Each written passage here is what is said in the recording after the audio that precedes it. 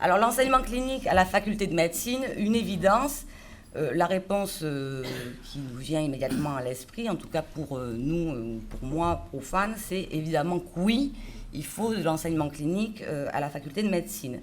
Évidemment oui, dans la mesure où l'objet de l'activité médicale est tout à fait particulier, puisque c'est le corps humain, et que la relation du médecin avec son patient est sans doute une relation qui ne s'improvise pas, qui s'improvise d'ailleurs d'autant moins depuis que le législateur tente de rééquilibrer en droit une situation qui, dans les faits, ne peut être qu'inégale. Donc on imagine mal des études médicales qui se dérouleraient sans que le futur médecin n'ait eu l'occasion d'examiner une seule fois un malade. Surtout que les études de médecine sont assez longues, donc il nous semble tout à fait possible de laisser une part à l'enseignement clinique. Alors ça semble évident aujourd'hui, et pourtant, et sans retracer l'histoire des études médicales, la médecine, comme d'autres professions, notamment au XVIIIe siècle, s'est exercée librement, sans qu'il soit nécessaire d'avoir fait des études médicales, sans qu'il soit nécessaire même d'avoir un diplôme. Il suffit de relire Molière, son médecin malgré lui, ou le malade imaginaire, pour voir stigmatiser à l'époque l'ignorance des médecins, leur jargon tout à fait inadapté, ou leur inefficacité. Alors le directoire a rétabli les écoles de santé, les facultés de médecine, et puis toutes les études de médecine se sont précisées ensuite durablement. Donc aujourd'hui, il semble évident que l'enseignement clinique à la faculté de médecine a toujours existé. On remarque d'ailleurs que les médecins de Molière ont cédé la place à de charmants docteurs dans les séries américaines qui sont tout à fait attractifs et qui se baladent de chambre en chambre ou de bloc en bloc avec une cohorte d'étudiants. On est bien loin des médecins de Molière ou du docteur Knock. Alors, il viendrait évidemment à l'idée de personne aujourd'hui, je crois, de supprimer cet enseignement clinique. Il est même encouragé, cet enseignement clinique, peut-être pour pallier les déficits des politiques de santé publique en matière d'accès aux soins. Les étudiants ou les internes sont incités financièrement à s'engager dans des contrats pour aller exercer dans les zones rurales sous-dotées, ce qui est bien loin finalement du côté glamour de l'interne en médecine qu'on voit dans les séries américaines. Mais effectivement, c'est aujourd'hui un enseignement qui est encouragé pour diverses raisons. En revanche, ce qui est moins évident sans doute, et c'est ce que vous nous direz je pense tout à l'heure, ce qui est moins évident sans doute, c'est l'organisation de cet enseignement clinique. Parce qu'aussi bien, c'est une évidence en termes de nécessité, parce que l'objet de l'activité médicale, c'est le corps humain, et donc il est évident que le médecin, futur médecin, doit avoir été en contact avec les malades. Mais en même temps, vu que l'objet de cette activité, c'est le corps humain, cet enseignement doit être particulièrement encadré pour protéger évidemment le patient contre un geste mal assuré ou contre des droits qui ne seraient pas respectés, pour protéger également l'étudiant en médecine qui débuterait bien mal sa carrière si il commettait une erreur pendant ses études. Quelques cas souvent médiatisés sont là pour nous rappeler combien les étudiants en médecine doivent être accompagnés et encadrés dans cet enseignement clinique. Alors ça m'amène à poser une première série de questions. Alors, bon, peut-être à vous d'abord. Mathieu, tu es dans la peau de l'élève, même si aujourd'hui tu es aussi enseignant, chercheur. Tu es dans la peau de l'élève, vous êtes dans la peau du professeur. Donc, est-ce que vous pourriez nous expliquer d'abord comment s'organise cet enseignement clinique à la faculté de médecine, c'est-à-dire à quelles étapes du cursus universitaire, quelle est la part d'enseignement clinique par rapport à l'enseignement théorique, quel est l'encadrement, est-ce qu'il y a des évaluations de cet enseignement, un petit peu, voilà, de cette organisation d'enseignement clinique. Bon, tout d'abord, merci beaucoup de votre invitation à cette matinée très intéressante pour nous, puisqu'on voit naître ce qui existe chez nous depuis longtemps. Tout d'abord, je voudrais dire une chose, c'est qu'on n'est plus maître et élève, c'est-à-dire on est élève tout au long de sa vie et on est le maître ou l'enseignant de quelqu'un tout au long de sa vie en médecine. Ça, c'est une notion extrêmement importante à comprendre, et vous allez voir dans les quelques diapos que l'on va vous présenter, puisque nous ne savions pas s'il fallait faire un PowerPoint ou pas, parce qu'en droit quand même, c'est des esthètes pour nous. Vous êtes... non mais c'est un compliment quand je dis ça, c'est-à-dire dans votre façon de vous exprimer, d'enseigner. Non mais bien sûr, nous sommes admiratifs. Voilà, c'est beau, tout à fait. Donc ça c'est un premier point. Donc on va faire une intervention comme on a l'habitude de faire, c'est-à-dire on s'interrompt assez souvent, enfin voilà, c'est comme ça. Donc pour votre première série de questions, on a proposé une première diapositive en support parce que tout le monde n'est pas, je dirais, familier obligatoirement des études de médecine. Il y a quelques points qui sont très importants à retenir. Tout d'abord, c'est la durée des études. La durée minimale des études, c'est 10 ans. La durée maximale, c'est 14, 15 ans, mais on apprend toute sa vie, c'est-à-dire qu'on a ensuite une formation tout au long de la vie qui est absolument obligatoire.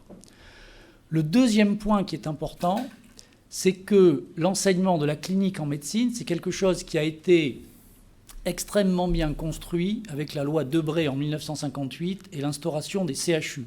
Il faut savoir que les études de médecine, elles dépendent à la fois de l'université et de son ministère de tutelle qui est l'enseignement supérieur et la recherche, et l'éducation nationale maintenant, mais également du ministère de la Santé, par l'intermédiaire des CHU, parce que l'enseignement de la médecine se fait au sein des CHU qui résultent d'une convention entre les facultés de santé, médecine, pharmacie, odontologie et les écoles de maïeutique, et le centre hospitalier régional.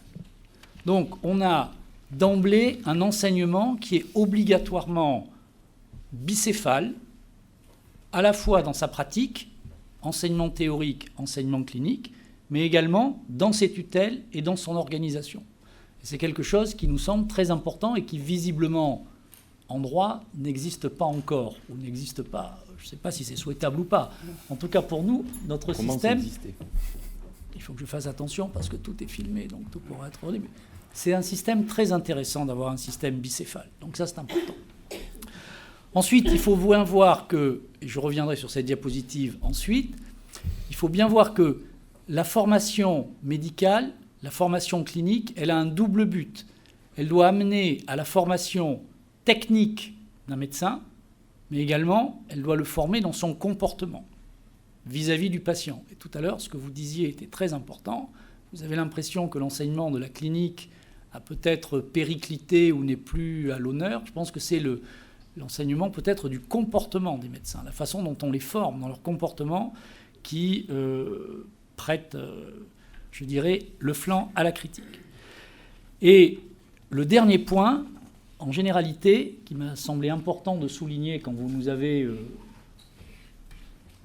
présenté vos questions, quand vous nous avez suscité notre intervention, c'est que l'enseignement clinique de la médecine, c'est un enseignement par compagnonnage, à toutes les étapes de la diapositive que vous avez ici.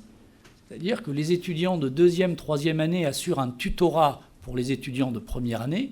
Et nous aussi, nous avons été primés lors de la grande fête du 13, là, le tutorat en santé, n'est-ce pas ? Voilà. Puis les internes forment les externes, les chefs de clinique forment les internes, les patrons forment les chefs... Voilà. Et ça, c'est quelque chose qui existe tout au long du cursus. C'est fondamental. Et la formation se fait également en équipe pluridisciplinaire. C'est-à-dire que vous avez les médecins, mais vous avez aussi les soignants, les infirmières, les psychologues. Donc la formation, elle est pluridisciplinaire et tout, dans la clinique, je dirais, s'appréhende sous cette forme-là. Voilà. Alors après, très simplement, sur cette diapositive, vous voyez que tout commence par une année d'études absolument terrible qui s'appelle la première année d'études communes en santé, qui regroupe les médecins, les pharmaciens, les odontos, les futurs étudiants en maïeutique, c'est-à-dire pour les études de sage-femme. Elle est sanctionnée par un concours qui est difficile. La majorité des étudiants n'obtiennent leur place qu'en 2 ans. Voilà. Donc ça, c'est la première chose. Et l'enseignement de la clinique va commencer à partir de la 2e année et de la 3e année de médecine par des études de ce que l'on appelle la sémiologie, c'est-à-dire l'étude des signes. Et Mathieu vous expliquera, je leur fais comment, la simulation, etc. Donc c'est très important. Donc là, l'étudiant en médecine entre en contact avec les patients, mais n'a pas de responsabilité pratique. À partir de la 4e année de médecine, ce que l'on appelle maintenant, les sigles ont changé, je ne sais même plus comment ça s'appelle, le diplôme de formation générale en sciences médicales. C'est ça, non ? Ah oui, j'ai beaucoup travaillé parce que je voilà, parce qu'avant on disait DCEM2, enfin, et ça a changé. Donc là, l'étudiant arrive à l'hôpital et l'enseignement de la clinique devient vraiment quelque chose de fondamental. Ça représente 50% de son activité, le matin à l'hôpital, l'après-midi à l'université, le soir devant sa table de travail, et la nuit de garde à l'hôpital, et on recommence. Avec quelques nuits, disons, libres pour faire la fête. À la fin de cet externat qui dure 3 ans, 4e, 5e, 6e année de médecine, l'étudiant en médecine repasse un concours, qui est l'examen classant national. C'est un concours en fonction de son classement. Il va pouvoir choisir la spécialité qu'il désire entreprendre et la ville dans laquelle il va être formé à cette spécialité. Et là, les études, selon les spécialités, vont durer de 3 ans à 5 ans. Mathieu va vous en reparler, avec évidemment là une place de la clinique qui devient très supérieure à la place de l'enseignement théorique.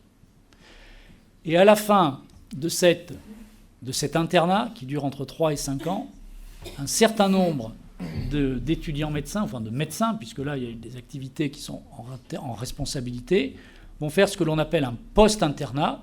Et dans ce post-internat, il y avait ces fameux postes de chef de clinique, qui sont le terme historique et élégant, littéraire pour qualifier cette activité, où là on a affaire à des médecins de 28 à 32 ans environ, qui ont la responsabilité de l'enseignement de la clinique à l'ensemble des étudiants qui sont plus jeunes qu'eux, que ce soit la sémiologie, l'externat ou l'internat.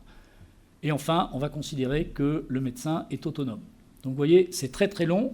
L'enseignement de la clinique, il va apparaître progressivement au cours du cursus, avec une place de plus en plus importante de l'enseignement clinique et une place qui va aller en diminuant de l'enseignement théorique. Voilà. Donc Mathieu, je te laisse. Tout d'abord, merci pour votre invitation. Je suis très heureux d'être là parmi vous. Je suis d'autant plus heureux qu'on m'a demandé de me remettre dans la peau de l'étudiant, donc de me replonger, je sais pas, peut-être 10 ans en arrière, à l'époque où, je vais être très pragmatique, Monsieur Pellegrin était mon prof. Donc je me souviens très très bien des cours de Monsieur Pellegrin en 4e année de médecine, il y a 10 ans. Je compte toutefois sur ton objectivité. Mais tout à fait, c'est évident. Je n'ai aucun moyen de pression. Et je me souviens très très bien, notamment, c'est très clair, pourtant c'est loin, d'un cours sur le lupus érythémateux systémique. Alors vous voyez, déjà, je ne sais pas si vous avez compris, tout ce que vous avez compris, c'est que la médecine, évidemment, comme toute spécialité, est une langue étrangère, qui est longue à apprendre. Et dans ces cours théoriques, sur par exemple le lupus érythémateux systémique, on vous donne des listes et des listes de signes cliniques à apprendre et à retenir, et qui sont difficiles à retenir. Et ça, c'est un des premiers souvenirs. Deuxième souvenir, c'est le stage clinique et les premiers stages.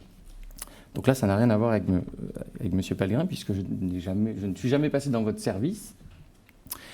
Et mon premier souvenir, c'est le passage dans un stage en hépato-gastro-entérologie, plus précisément dans un service spécifique où on étudiait les pathologies du foie, et où tous les jours, on faisait la visite. Et donc, on était au contact de patients, et 2 fois par semaine, on faisait ce qu'on appelle la visite patronale, extrêmement sérieuse, dans laquelle vous avez toute la hiérarchie hospitalière qui est présentée, du patron, avec les différents praticiens hospitaliers, les chefs de clinique, les internes, les externes, des fois les étudiants en sémio, donc tout ce dont vient de vous parler Monsieur Pellegrin. Et là, on passe de chambre en chambre, et à chaque fois, c'est toujours pareil, c'est-à-dire qu'on fait l'examen clinique, on présente le patient, et puis on présente les examens complémentaires, et puis le patron pose des questions qui sont toujours les mêmes.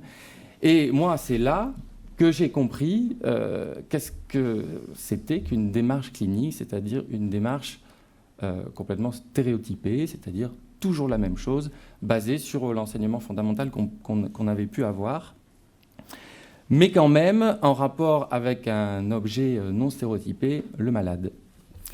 Et dans ces stages cliniques, ce qu'on apprend, et je pense que c'est ce dont on parle aujourd'hui, c'est à se comporter en face du malade et en face des différents types de malades, en fonction des pathologies, en fonction des spécialités et en fonction de tout un environnement. Donc voilà pour juste 2 petits exemples. Je vais reprendre là très rapidement, parce que c'est juste en résumé le déroulement et à quel endroit est intégrée la clinique dans les études de médecine. Donc ça, c'est le démarrage. C'est les premières années qui sont des années plutôt fondamentales. Donc vous voyez là la pile de connaissances qui s'accumule théorique. Et puis le début de la pratique, donc de la pratique clinique, à travers essentiellement 2 choses au départ.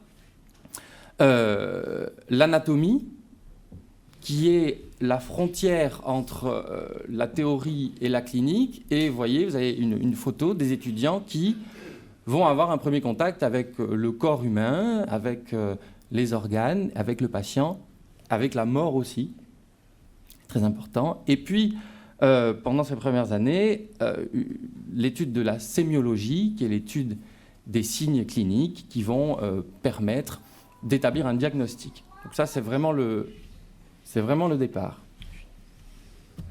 Je voulais juste dire une chose, hein, on s'interrompt comme ça. Sur la photo du bas à droite, vous voyez l'enseignement de la sémiologie se fait désormais en partie hors de l'hôpital, c'est-à-dire dans un laboratoire de sémiologie, avec des techniques de simulation. Puisque désormais, la phrase type, c'est dire « Aucun geste ne doit être fait chez un patient s'il n'a pas été fait auparavant en simulation ». Donc ça nous a amené à acheter du matériel de simulation avec des mannequins haute fidélité qui coûtent très cher, etc. Et ça, c'est quelque chose d'important qui est apparu récemment, on peut dire depuis une dizaine d'années environ. Qui se développe encore d'ailleurs, parce qu'on évolue tous les ans. Et à ce stade-là, alors j'empiète un peu sur la suite, mais à ce stade-là, quelle est la part d'autonomie des étudiants? Par rapport aux patients, oui. Elle n'est pas très grande, on va dire. Zéro. Là, on est en 2e année de médecine. Ils font des dissections, ils font de la simulation, ils font de la sémiologie, les étudiants les uns sur les autres, ils ne touchent pas aux patients. Donc il faut qu'ils se dégrossissent, il faut qu'ils aient fait sur simulateur ce qu'ils vont faire en 3e année chez le patient. Voilà. Hein. On prend contact. Si vous voulez faire des touchés pelviens à des patientes et que vous arrivez avec 10 étudiants, c'est pas possible. Hein, donc voilà. Donc tout, mais il faut bien comprendre qu'il y a 40 ans, on arrivait avec 10 étudiants, il y en avait 5 qui faisaient l'examen complet. Ça, c'était il y a 40 ans, quand j'ai fait mes études. Si on n'avait pas fait des jets... Mais oui, c'est vrai. Oui. Pour ça, je vous raconte des trucs, c'est vrai. Moi, c'était déjà pas comme ça. Hein. Et lui, c'était déjà pas comme ça. Et donc maintenant, il y a des simulateurs. Et c'est absolument très important. Ouais. Ça, c'est la 2e année de médecine. Ça revient après, le simulateur. On va oui, le voir, après, ça revient. Ça recommence. On simule beaucoup. Et puis donc après, on passe donc à l'externat. Donc ça, c'est 4e, 5e, 6e année, où, vous l'avez dit, il y a 50% de théorie, puis 50% de pratique dans les services. Donc là, c'était ma petite histoire, là, du stage avec le patron, la visite. D'ailleurs, vous avez là la petite caricature de la visite patronale devant le patient qui regarde la télé. Et puis là, alors, on un petit peu moins autonome, c'est-à-dire qu'on commence à participer à la vie du service. Donc on va interroger des patients, on va les examiner, on remplit des dossiers, on apprend à les établir selon des règles précises, parce que le dossier médical, évidemment, c'est fondamental. Et puis on commence à faire quelques petits gestes. Donc on est un peu plus autonome. Mais on ne fait pas quand même grand-chose. Moi, je dis on est un peu bébé. On est un peu bébé médecin, on va dire. Mais on commence. En général, on aide l'interne. L'interne, c'est quelqu'un qui a fini ses études, qui a passé le concours, qui est en responsabilité, qui est à la fois étudiant et médecin. Et l'externe est là pour l'aider, pour apprendre, pour faire des gestes simples, pour faire des gestes sous la responsabilité de l'interne ou du chef de clinique. Puis, de toute façon, c'est comme en sport. Pour être très bon sur un geste technique, il faut l'avoir fait et répéter des centaines de fois. Mais pour être bon vis-à-vis d'un patient, il faut en avoir interrogé des centaines, examiné des centaines, restituer le produit de l'examen clinique et de l'interrogatoire des centaines de fois, l'avoir mis en forme. La répétition est absolument indispensable et avoir, démonté le raisonnement. Ça, c'est fondamental. C'est pour ensuite que ça devienne quelque chose de réflexe, que l'on fasse pratiquement sans y penser, pour le faire vite. J'ai à ce stade-là 2 questions à vous poser. Est-ce que cet enseignement clinique, il est complémentaire d'un enseignement théorique, ou est-ce que c'est quelque chose c'est un enseignement principal qui fait apprendre à l'étudiant une technique, une méthode? Ou est-ce que c'est juste un complément de l'enseignement théorique? C'est les deux. Enfin, c'est totalement. Ouais, c'est complémentaire. Enfin, c'est les deux. C'est les deux. Allez, vas-y. Merci. On n'envisage pas l'un sans l'autre. Par exemple, actuellement, un étudiant qui va avoir les cours théoriques à l'université, il a les cours théoriques de cardiologie l'après-midi. Le matin, il est dans un service de cardiologie. Et ensuite, il va passer dans un service d'hépato-gastro-entérologie. Il aura les cours théoriques d'hépato-gastro-entérologie. Et ainsi de suite. Et la validation d'une unité d'enseignement, c'est à la fois la validation de l'enseignement théorique et de l'enseignement pratique. Alors, c'est compliqué à mettre en place parce qu'on a beaucoup d'étudiants. Oui. Il faut imaginer que nous, c'est une énorme machine. C'est les promotions, c'est des promotions. Il y a 350 étudiants bordelais environ, plus des étudiants qui viennent des DOM-TOM ou d'autres pays. On arrive à des promotions de 450 à 500 étudiants. Donc il faut organiser ça. C'est une énorme machine. Et à quel moment, parce que alors vous nous avez parlé des simulations et des mannequins pour pratiquer des gestes, mais pour la relation médecin-malade, le mannequin c'est un peu réduit, je pense. Mais ça se fait progressivement. On vous a dit, c'est très très long en fait. C'est très très progressif. Et c'est pas non plus en étant 10 ou 15 dans la chambre que... Et non, mais ça c'est très variable. C'est-à-dire que, je vous ai parlé de la visite patronale, mais il n'y a pas que ça. Il y a aussi des consultations, il y a plein de choses. Comme vous disiez, c'est un compagnonnage. C'est-à-dire qu'il y a d'abord une relation de confiance qui va s'établir entre un étudiant et un senior.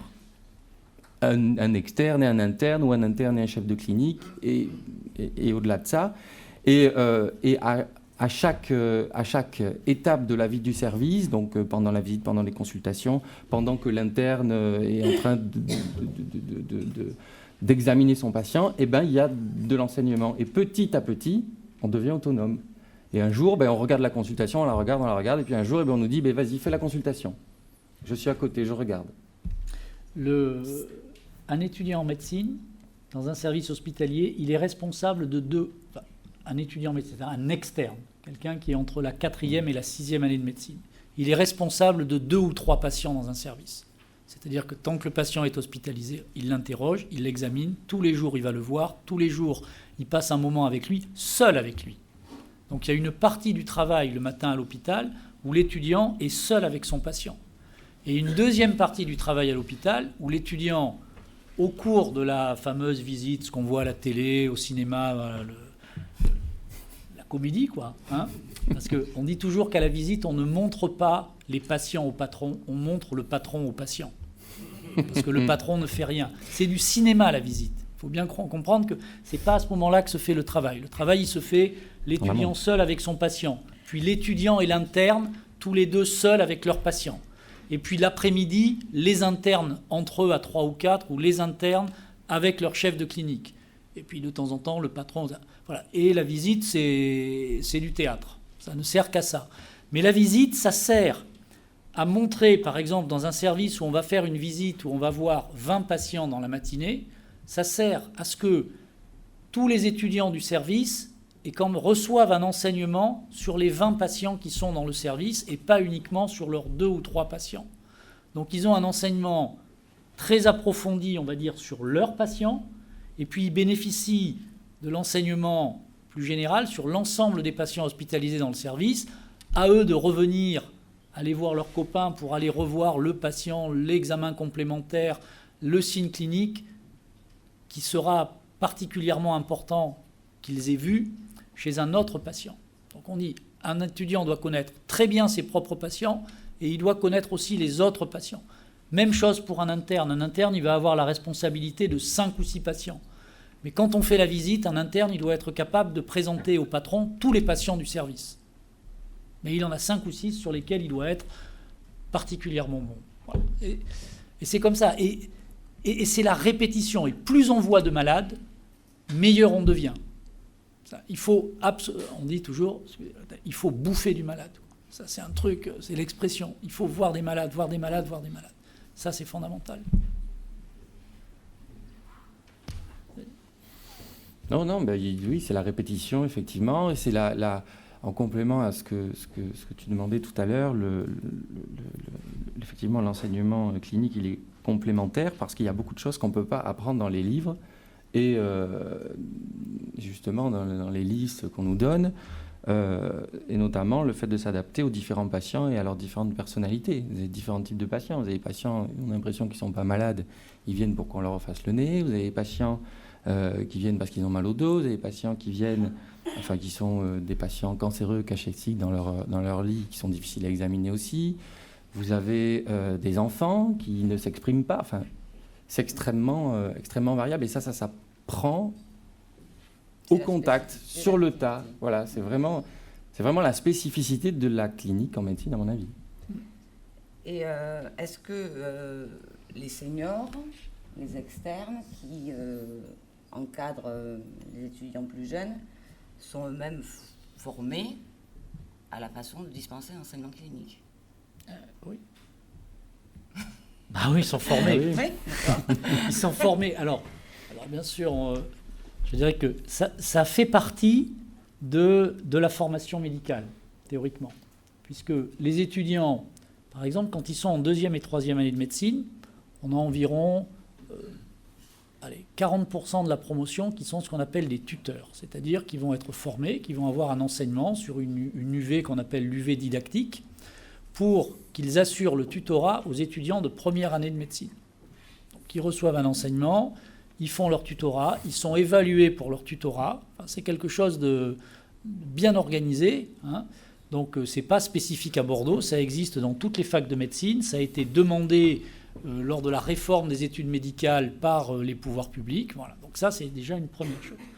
Ensuite, les étudiants qui sont des internes, donc qui ont passé la 6e année.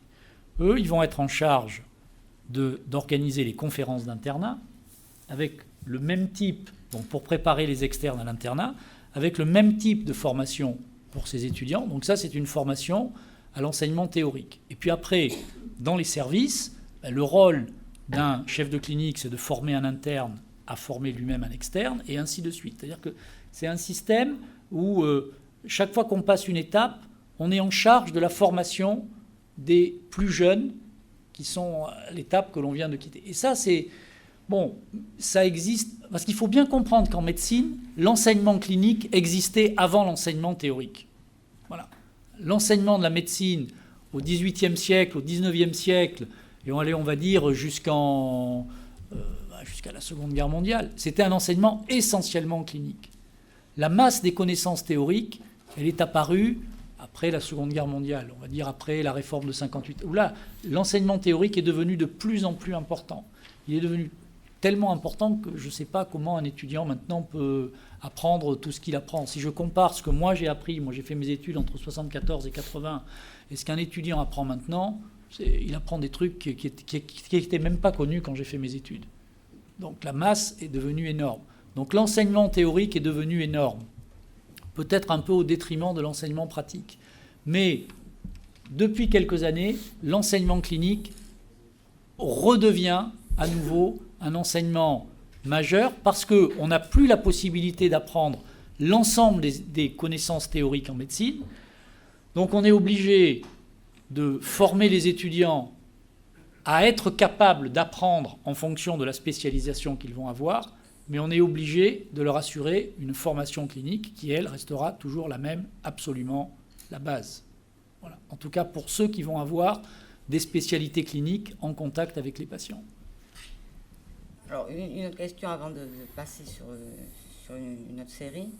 Est-ce que les étudiants, avant d'être mis en contact pour la première fois avec les patients, sont formés, alors non pas sur les gestes médicaux, etc., mais je reviens sur cette histoire de comportement, et ont connaissance que les patients ont des droits qu'il faut respecter, et que quand on sort de la chambre du malade après avoir fait la visite, on ne va pas raconter que monsieur un tel est hospitalisé avec un lupus dégoûtant. C'est pas dégoûtant, hein.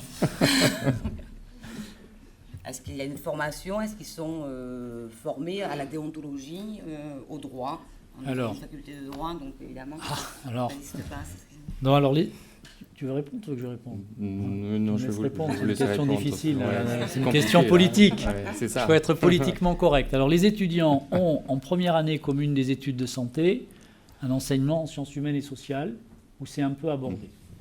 C'est le premier point. Ensuite, en deuxième année, les étudiants ont un enseignement de sémiologie. Donc, l'enseignement de sémiologie se fait en deuxième année, je vous dis, dans le laboratoire de sémiologie, avec les simulations et les jeux de rôle.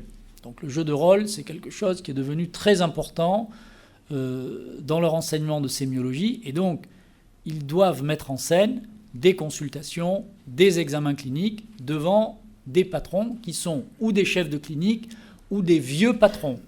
Et nous avons 2-3 vieux patrons qui sont très attentifs justement à l'humanisme et à la façon dont on prend en charge les patients, qui contrôlent ces jeux de rôle. C'est le professeur Quinton, par exemple, à Bordeaux, qui a été mon patron. Enfin, voilà, c'est des gens qui sont professeurs émérites et qui sont des vieux de la vieille, quoi, la médecine à l'ancienne, mais c'est important.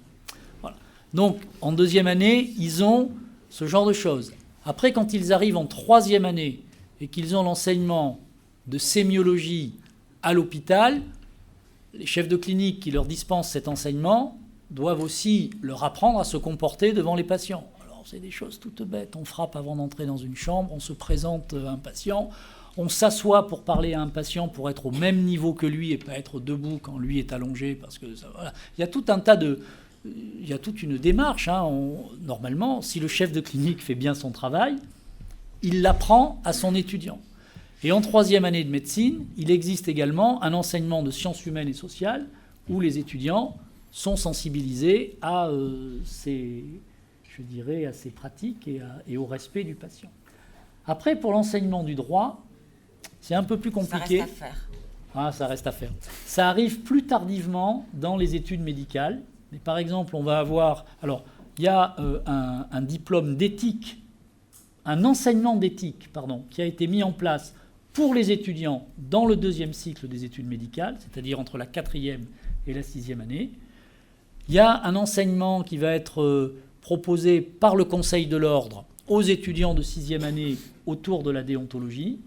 Et si vous nous proposez des enseignements, on les intégrera avec plaisir. Mais je pense que nous avons des choses à faire ensemble. On l'a dit tout à l'heure. Mais je vous pose cette question parce que c'est ce que je vous ai dit tout à l'heure, c'est une évidence, enseignement clinique, mais à organiser, c'est peut-être un peu plus difficile. Et parce que la relation médecin-malade a évolué, parce que le législateur est venu faire du malade un acteur de sa santé, vous le savez aussi bien que moi, et que les patients, ou certains patients en tout cas, quand ils entrent à l'hôpital, c'est pour guérir, et pour guérir dans le respect de leurs droits. Donc cet enseignement clinique, à mon avis, il doit s'accompagner d'une formation de ce type-là, au moins déontologique, pour protéger le malade et pour protéger aussi les professionnels de santé contre un risque juridique qui est assez élevé aujourd'hui. Quel est, pour vous, alors le bénéfice pour l'étudiant, on l'a bien compris à travers vos propos à tous les deux, est-ce que le malade retire un bénéfice de cet enseignement clinique, autre que dans la qualité des professionnels de santé qui ont affaire à lui. Pour le patient, est-ce que le patient, il est content d'être pris en charge par des jeunes, par des étudiants? Nous, les bénéficiaires à la clinique du droit, quand ils viennent, Marie leur fait remplir un questionnaire, une évaluation. Le retour qu'on a, c'est que les bénéficiaires sont contents de participer à un projet pédagogique. Est-ce que le patient, d'abord, est-ce qu'il est informé tout le temps qu'il a affaire à des étudiants en médecine? Et est-ce que ça pose des problèmes ou est-ce qu'au contraire, ça pose jamais de problème? Tu réponds, je répondrai après. Ça dépend encore ça dépend beaucoup du patient, ça dépend du praticien. Est-ce que certains je peux pas répondre Oui, ça arrive. Oui, alors moi je travaille en chirurgie. Alors là c'est très Ils sont informés qu'ils ont Alors normalement ils sont informés parce que normalement quand on rentre dans la chambre d'un patient, on se présente et donc on explique qu'on est un étudiant. Enfin c'est plus de l'éducation, je pense, que de la médecine. Enfin, à mon sens. Et alors après, les patients, c'est très variable. Ça dépend de leur état. Ça dépend de ce qu'ils sont à la base. Ça dépend de leur état du moment. Ça dépend de leur pathologie. Et puis ça dépend de la personne qu'ils ont en face. Il y a des patients qui refusent catégoriquement.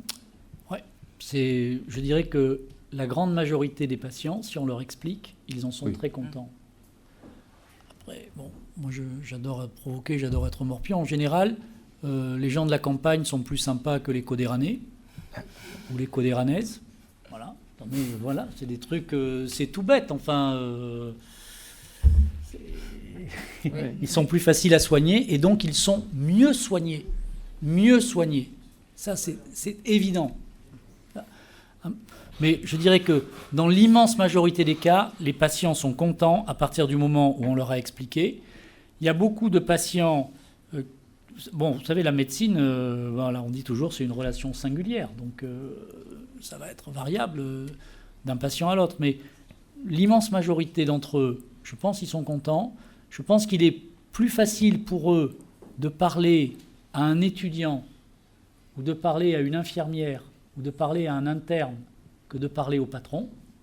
Donc souvent, le fait d'être pris en charge par une équipe multidisciplinaire et une équipe où on a des intervenants d'âges différents, c'est plus facile pour le patient pour faire passer un certain nombre de messages. Voilà. Et ça, alors moi, je fais de la médecine clinique. Donc ça se passe comme ça dans mon domaine. J'imagine qu'en chirurgie, c'est un peu la même chose. Oui, c'est à peu près la même chose. Après, souvent en chirurgie, les gens viennent pour des gestes techniques très régulièrement. Et donc, la place de l'étudiant très jeune est un peu difficile et délicate parce que la chirurgie, ça s'apprend encore plus tard dans tout le tableau des études de médecine. Et c'est vrai que les gens, parfois... Mais c'est vrai que quand on leur explique, ça se passe très bien.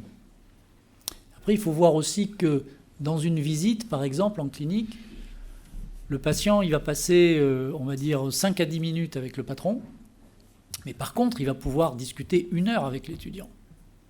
Donc, les approches sont complémentaires. Il peut faire passer un certain nombre d'informations, des doléances, c'est très important.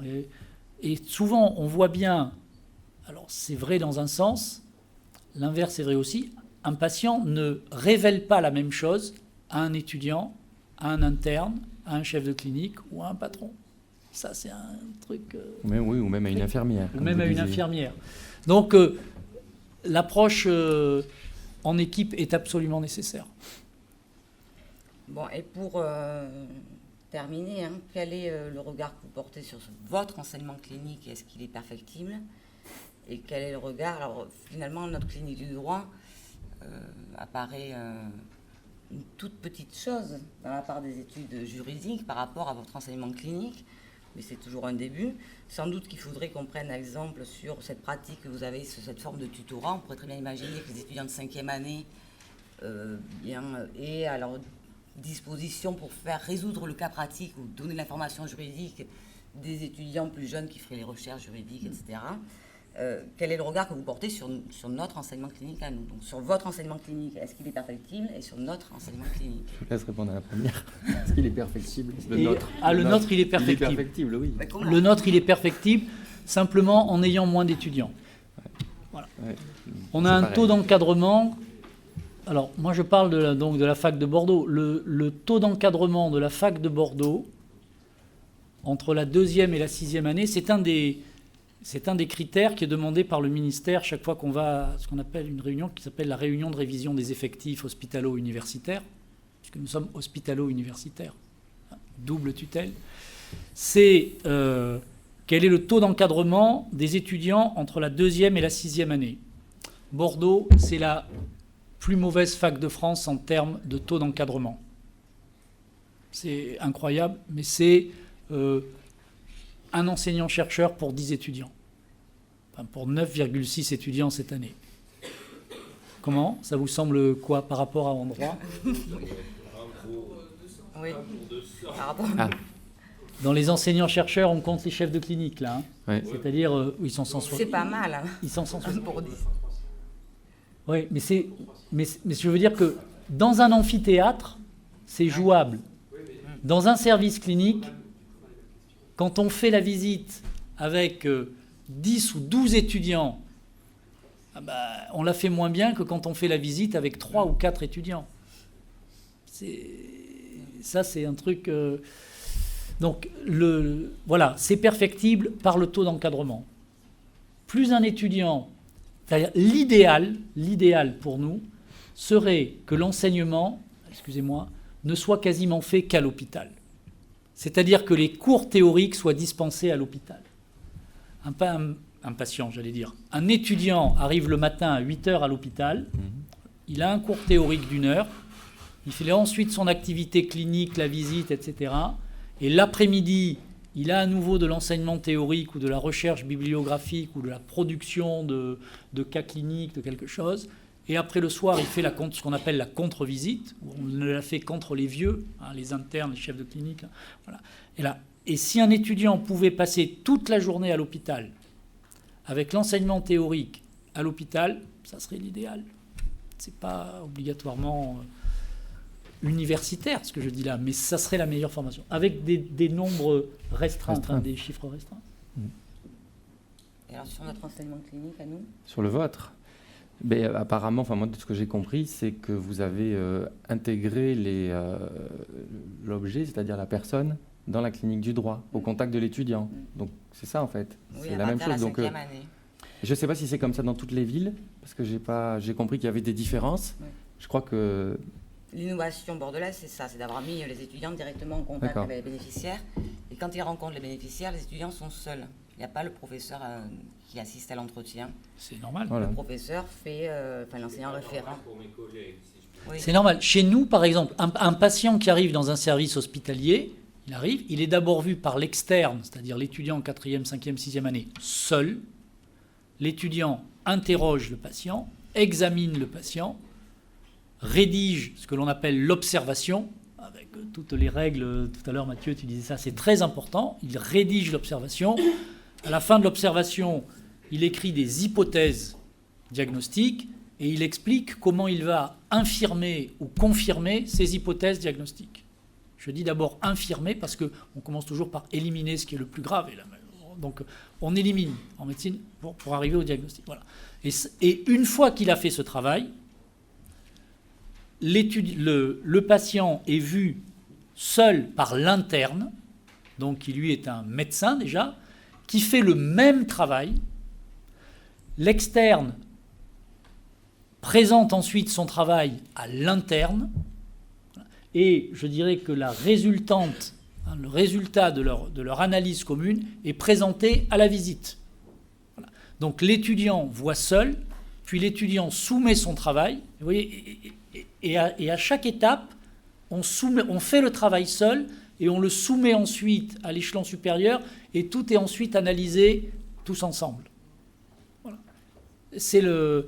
Et donc je trouve que votre démarche, elle est excellente. Moi, elle me semble excellente sur le principe, c'est-à-dire les étudiants seuls, puis les étudiants plus un senior, qui présentent leur travail à un senior et ensuite il y a une restitution.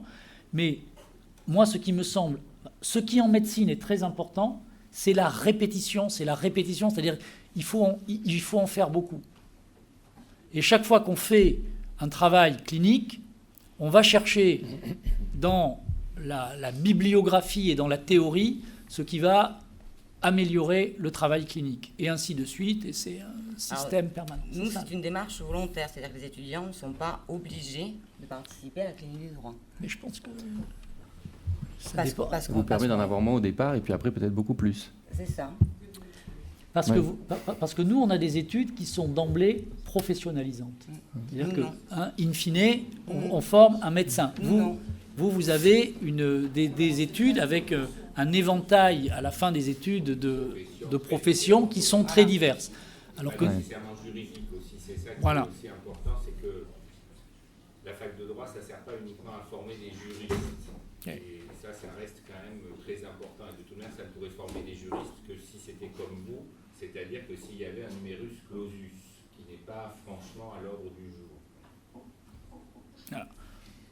Donc, mais je pense que pour vos étudiants qui veulent se former à la profession d'avocat ou être magistrat, donc ils vont avoir quelque chose, c'est l'idée que je me fais de très professionnalisant, eux, ils ont peut-être intérêt, et vous avez peut-être intérêt à développer justement cette clinique du droit, qui est quelque chose qui les entraîne, je ne sais pas. Si vous voulez, je ne veux pas monopoliser, mais même à la limite pour ceux qui ne sont pas... qui ne se destinent pas à être juristes, je crois que la méthode de la clinique, c'est sur le plan intellectuel tout à fait fécond, même si on exerce un autre métier. C'est-à-dire, enfin, encore une fois, je ne sais pas, de ce que moi je vois de ce qu'est la clinique en médecine, mais comme usager, et comme je ne suis pas très souvent malade, mon expérience est quand même finalement très infinitésimale. Et si vous voulez, de ce que j'imagine, de ce qu'est la démarche intellectuelle de la clinique, finalement c'est la même chose en droit sur le plan méthodologique. Et donc finalement ça peut être très utile, quel que soit le job que l'on ait à exercer, parce que c'est d'abord une méthode, même si après l'histoire du contenu, ça vient en second. Donc c'est pour ça que je pense que ça a une dimension, vous voyez, qui est au-delà de l'idée de former des professionnels, à la limite des médecins ou des juristes, ou d'ailleurs je ne sais qui. Oui, je pense que dans les écoles d'ingénieurs, ils ont des démarches qui sont assez semblables. Hein. Il n'y a pas de... Je crois que c'est... Oui. Merci beaucoup. Je trouve ça extrêmement intéressant aujourd'hui, parce que c'est vrai que c'est la première fois qu'on a, en tout cas pour moi, une confrontation des cliniques avec la base des cliniques médecine, qui est un peu la base aussi de la clinique en droit. Donc merci beaucoup pour cette présentation qui m'a beaucoup enrichi. J'ai une question qui revient très souvent dans le débat des cliniques, on en parle des cliniques en droit. Un des éléments utiles, c'est qu'en fait, on reprenne des activités pratiques qu'on voit et des études en voit, et on les reprenne un petit peu en extrait à l'université, et on commence à faire une réflexion comment effectivement le droit fonctionne dans la pratique. On commence à revenir à l'université pour enchaîner une discussion théorique, si on veut, sur la pratique. Donc une réflexion, et donc j'ai pas très bien compris, est-ce que ça se fait aussi, est-ce que vous avez aussi une vision critique de la pratique, parce que évidemment tous les enchaînements c'est des habitudes qui se mettent en place, et est-ce que c'est des bonnes habitudes, est-ce qu'il n'y a pas des habitudes qui pourraient être améliorées, etc. Est-ce que cette forme de critique et réflexion, si on peut dire, universitaire plutôt, parce que ça c'est un élément qui peut être apporté de l'université, est-ce que ça se fait et dans quel cadre? C'est intéressant. Je réponds. Oui, alors ça se fait à deux niveaux. Ça se fait d'abord à l'hôpital, parce qu'on a, si vous voulez, on essaie d'avoir un système de contrôle qualité. Et donc, c'est ce qu'on appelle les réunions de morbimortalité. C'est-à-dire, je suis désolé, il n'y a pas que mortalité, il y a morbidité aussi. Hein. Vous donc, savez ce que disait Balzac, il disait la justice, c'est comme la médecine, elle a aussi ses victimes. Donc, il y a moins de morts.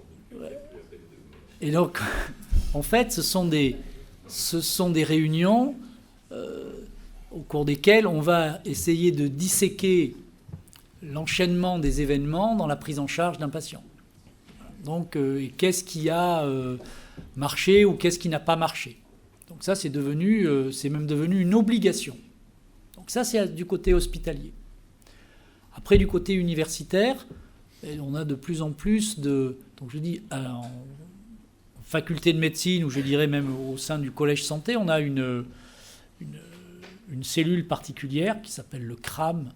Je ne sais même plus ce que ça veut dire. Cellule de recherche appliquée, méthodologie de l'enseignement. Donc c'est une cellule qui gère ce qu'on appelle l'UV didactique, c'est-à-dire l'UV avec laquelle on va former les étudiants, avec laquelle on va former les internes, on va former les chefs de clinique à l'enseignement. Et c'est une cellule aussi d'évaluation, qui est une cellule d'évaluation de tous les enseignements théoriques et de tous les stages pratiques dans le domaine de la santé. Donc on a un peu perdu quelques moyens avec la fusion des universités, mais on est en train de reconstituer les moyens de cette cellule. Et donc on a une évaluation de nos enseignements théoriques, de nos stages pratiques. Alors c'est une évaluation qui est faite conjointement avec les associations d'étudiants, donc un groupe d'enseignants-chercheurs, un groupe d'étudiants. Ça se fait par Internet. On a des évaluations qui sont des évaluations sur des questionnaires donc, auxquels les étudiants répondent par mail, avec des questions très précises. Ce n'est pas des choses qu'on a inventées. Hein.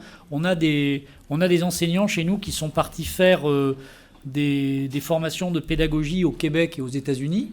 Donc on a importé les modèles. Ce n'est pas des choses qui se... Bon, on n'a pas c'est déjà quelque chose d'importer le modèle. Oui, enfin on a importé le modèle, on l'a un peu, je dirais, acclimaté à Bordeaux. Et donc on a à la fois une part d'évaluation qui est une évaluation très stéréotypée, informatisée, avec des critères. Et puis on a également la possibilité de mise sur le mail de réflexion libre, anonyme, pour que les étudiants ne se sentent pas, fliqués. Et on découvre un certain nombre de choses. Par exemple, moi j'ai eu droit pour mon stage, mais il est passé où le professeur Pellegrin? Je ne l'ai pas vu pendant un mois. Et des choses comme ça, des trucs... Donc, et à partir de ces données-là, eh bien, on peut rectifier le tir pour certains enseignements ou pour certains stages qui, tout d'un coup, n'ont plus d'étudiants parce que les évaluations étaient mauvaises. Voilà. Je ne sais pas si j'ai répondu à votre question, mais ça. On a encore beaucoup à apprendre en termes d'enseignement clinique ou même d'auto-évaluation. Tu voulais poser une question, Nous Olivier? aussi. Une petite question très rapide, mais qui a déjà été évoquée par Olivier, encore une fois. Pas de chance. C'est Olivier Dubos, décidément. Ça fonctionne, je marche aujourd'hui dans les pas d'Olivier Dubos, n'est-ce pas? C'est une question qui paraît assez évidente, mais si je vous la pose, c'est à dessein, à laquelle la réponse est évidente. C'est parce qu'en droit, ça soulève, je pense que l'activité clinique, c'est une porte d'entrée sur une réflexion plus générale sur l'enseignement universitaire, sur la façon d'envisager l'université. Et donc, en guise d'écho aux questions qu'on peut se poser, nous, pour vous, vous y avez déjà un peu répondu, mais je pense qu'il faut insister, quelle est la place du concours, quelle est la place du numerus clausus par rapport à la question de l'enseignement clinique? Autrement dit, si vous aviez, bon, c'est difficile à imaginer parce que vous avez des études professionnelles désormais, s'il n'y avait pas de concours, ou s'il y avait un concours beaucoup plus large, que serait la clinique dans les facultés de médecine? Parce que nous, on n'a pas de concours, c'est des questions qu'on se pose, mais il y a une sélection qui se fait lentement. Donc il y a une activité clinique en 5e année, en Master 2. La question qui se pose, c'est, vous parliez par exemple de la répétition, il faut répéter pour apprendre. Nous, on ne peut pas les faire trop répéter pour l'instant parce qu'on les prend très tardivement. Voilà. Donc il n'y a pas de concours, il n'y a pas de numerus clausus, il y a une sélection qui est assez réduite au début. Quel regard vous portez sur le concours et sur du coup l'absence de concours chez nous, du point de vue de l'activité clinique? C'est une question polémique, bien sûr. Oui. Tu veux répondre, Mathieu? Non, je vous laisse. Avec grand plaisir. Alors, donc je réponds de façon honnête, ce que je pense, pas politique. Pendant longtemps, j'ai cru que le numerus clausus était fait à partir des besoins en santé de la population. Ça n'est pas le cas. La réponse nous a été donnée, ces dernières années, en conférence des doyens, on a reçu les conseillers des ministères enseignement supérieur et santé, c'est toujours les deux, et on leur a demandé, mais pourquoi n'augmentez-vous pas le nombre de places au numerus clausus, puisque les besoins en santé sont supérieurs au nombre de médecins que nous formons? Alors d'abord, ils l'ont ouvert, le numerus clausus, quand même, mais ils nous ont répondu, le numerus clausus correspond à ce que l'État est capable de payer pour la formation des médecins. Donc ce n'est pas ce dont nous avons besoin, c'est ce que nous acceptons de payer pour la formation des médecins. Donc on accepte de payer pour, actuellement, on va dire à peu près 8000 médecins par an. C'était, il y a 10 ans, c'était 3500. Donc ça a quand même énormément augmenté. Donc, voilà, c'est... apparaît... Est-ce qu'il y aura un enseignement clinique possible de qualité si on doublait les effectifs en médecine? Non, parce qu'on n'aurait pas... Je vous dis déjà, on est au maximum de ce que l'on peut faire, décemment. Quel regard vous portez sur une tentative tentative des juristes d'introduire de l'enseignement clinique, alors que nous, on a des effectifs qui sont... Oui, mais l'enseignement... En 5e année, mais est-ce qu'il serait possible d'étendre l'enseignement clinique sans, selon vous, Mais dans la mesure où vous n'avez pas de concours et où vous n'avez que certaines filières simplement qui ont besoin de cet enseignement clinique, vous proposez l'enseignement clinique à ceux qui vont en avoir besoin ou à d'autres qui seraient intéressés. Et vous le faites en fonction de vos possibilités. J'imagine que si vous, dans la clinique du droit, vous proposez, alors ce ne sont pas des consultations, hein, j'ai bien compris, mais si vous proposez l'équivalent de, on va dire, 300 ou 500 consultations par mois à des, je dirais, à une, alors on ne va pas dire une patientèle chez vous, je ne sais pas comment, non, voilà, une patientèle, je pense que vous allez avoir quelques problèmes avec les professions. Nous, on est dans un système qui est très structuré, qui est en place depuis longtemps. C'est une énorme machine. Bon, on n'a pas trop de problèmes. Mais vous, je pense que ça peut être justement une clinique d'excellence. Moi, je le verrais comme une formation d'excellence. Oui, mais c'est difficile. Et d'excellence qui peut être proposée à beaucoup d'étudiants. Mais voilà, quelque chose qui est un plus. Parce que là, c'est difficile, hein, enfin, même en sélection, enfin, en prenant que les 5e années, donc qui sont déjà un petit peu sélectionnés. Hein. Mais c'est difficile de réserver. Là, visiblement, cette année, on a beaucoup de demandes d'inscription d'étudiants. Peut-être même trop. C'est difficile. Je ne sais pas. Bon, d'accord. Si tu veux. Mais en tout cas, c'est difficile de réserver cet enseignement clinique qu'à certaines disciplines. Nous, c'est la volonté de cette clinique, c'est quand même de l'ouvrir à tous, ne serait-ce que pour faire sortir les étudiants des amphis, qu'ils voient autre chose que les cas pratiques rédigés avec beaucoup d'humour par certains professeurs, mais enfin qui restent des cas pratiques. Pendant la première année, la deuxième, la troisième et la quatrième. J'ai pas peut-être tout retenu de la présentation tout à l'heure, mais est-ce que dans votre clinique du droit, vous faites intervenir des avocats, des magistrats? Des élèves avocats et des élèves auditeurs de justice. Et pourquoi? Parce que nous, si vous voulez, notre grande force, c'est que les enseignants sont aussi des professionnels. Oui. Et ça, c'est quelque chose...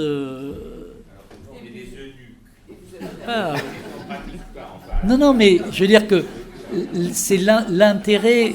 Il faut. Moi, je pense que ça peut être intéressant. Alors après, je ne connais pas bien la façon dont sont formées les écoles d'avocats. L'école de la magistrature, je connais.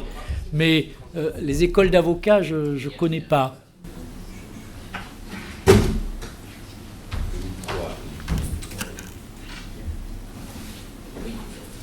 Je m'occupe de l'école des avocats à Bordeaux, qui est une école régionale. C'est un territoire qui est numéro 11 barreau.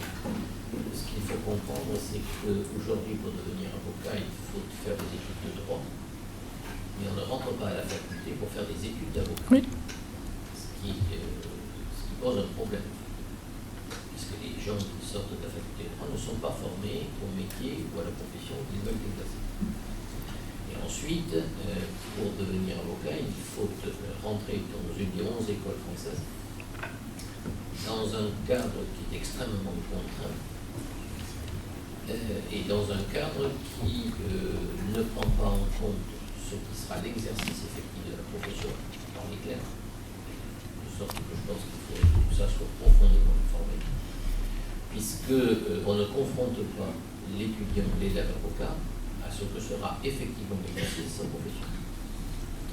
Et dans le cadre de l'école, on va lui demander de suivre un certain nombre de cours.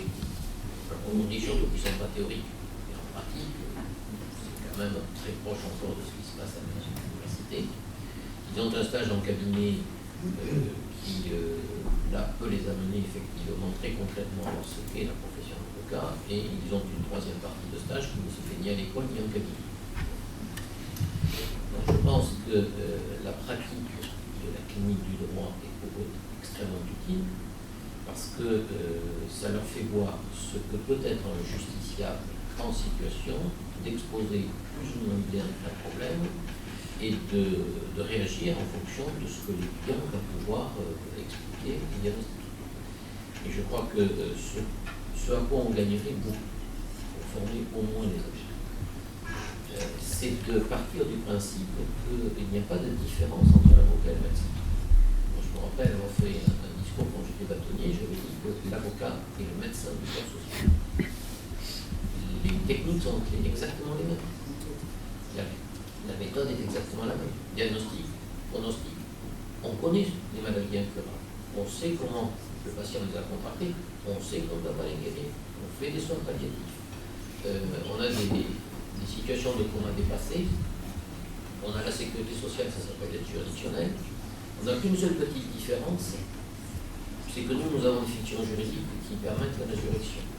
Ça, si vous voulez, on peut peut-être... Ah ouais, on peut bien sûr. Et la deuxième différence, c'est qu'on incarne pour le client la même chose, pour le patient la même chose, c'est l'espoir.